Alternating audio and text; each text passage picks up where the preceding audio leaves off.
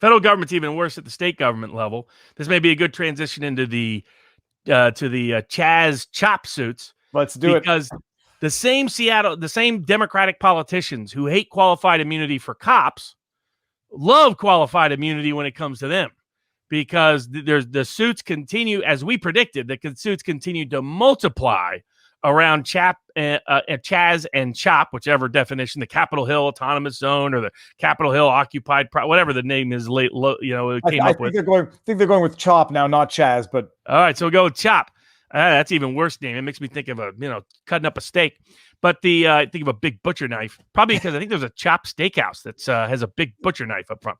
But well, no, there was the show. It was called Chopped. It was the chef show where they cut chefs in a reality type show called Chopped. But good show. Okay, maybe that's where I got it from.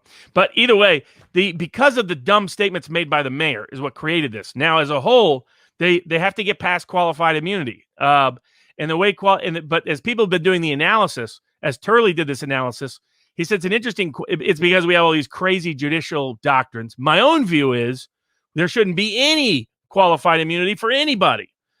We shouldn't just say, let's take it away from police. Let's take it away from politicians. In fact, if anything, they should be taken away from them first.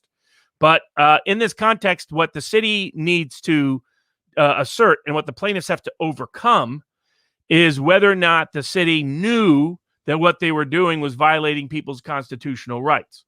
And the hard part is there's almost, and here's where a lot of courts come in. Courts say, if you're real creative at violating people's constitutional rights, we'll say there was no precedent for you to know that was a violation of your constitutional rights. Ha, ha, ha, thrown out of court.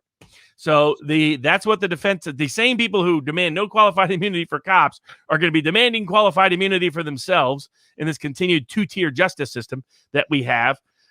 And that's what Seattle will be asserting. The problem for Seattle will be all the stupid statements made by the mayor, who called it who basically invited it.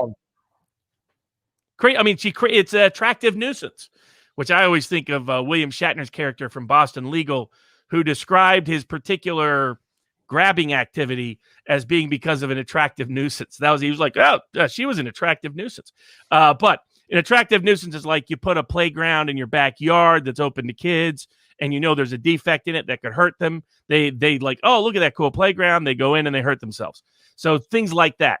She basically created an attractive nuisance and knew she was doing so by saying that this is the summer of love. This is just a block party. Come on down. Everybody welcome. Trump is an idiot for saying anything bad about it. Then, of course, people ended up dead. And the people that ended up dead, now the estates are suing. Not only are the businesses already suing, now you have everybody that got harmed in it suing. The city of Seattle could be bankrupted by the end of this unless they survive on immunity. Well, yeah, and incidentally, the family on behalf of whom this particular one is taken, was a 16-year-old kid with special needs, from what I understand, who was shot, and police and paramedics could not get in because they weren't going in. But now it could bankrupt the city, Robert. But the cynic in me says they're going to set one precedent, which says that you can't sue, and it's going to end all the other lawsuits and the lawsuits for taking and for whatever. They're going to set one precedent, and everyone's going to be deprived of remedy. They can't bankrupt the city as a pure matter of fact to compensate these people for wrongs. First of all, is that a wrong prediction, or is that? They could always bankrupt the city. Many cities have gone through bankruptcy proceedings, and they have various sources of resources and assets and property and tax revenue rights, etc. But and I think that often people don't like the suits because of what the commentator's talking about. But in my view, they're very politically effective. So what happens when cities have to pay out big settlements? It usually changes their procedures, changes their guidelines, improves their policies, and politicians usually pay as much of a price as anyone else. So I get that the taxpayers are the ones writing the check. The greatest impact ends up being on the politicians who caused the problem in the first place. So there's if you pay attention to a lot, I've been doing these for over 20 years. It always works a positive effect on the city when they have to write a big check. They change the rules, they change the policies, they change the guidelines, and the politicians that were part of it usually pay a political price. So it may not seem like it's impactful, but it usually is. And often it's the only thing that's impactful. Sometimes just filing the suit can trigger a good response. So it's good that there's, the importance of setting the precedent here is so it doesn't happen again. No more of these creating autonomous zones for Antifa. We're seeing cases in Texas, cases in Portland, where Antifa's out directing traffic, creating problems.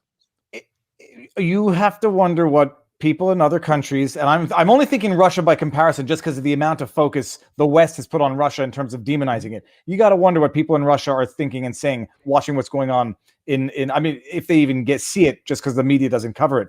Ian Hall says qualified immunity is a joke, but a basis for term limits and other restrictions for all state or federal doesn't matter. Yeah, the qualified immunity is it's the double-edged political sword. It should not exist. Invented doctrine. It's invented, not real. It's invented by judges in robes to protect their political pals. It's not rooted in our Constitution. But am I wrong in thinking I thought there was a particular case that said that the police have no affirmative duty to respond to certain? That's absolutely true. I mean, I've had cases where kids have drowned in state pools, where people they're mentally ill, cut off their genitalia, and they were institutionalized to prevent that.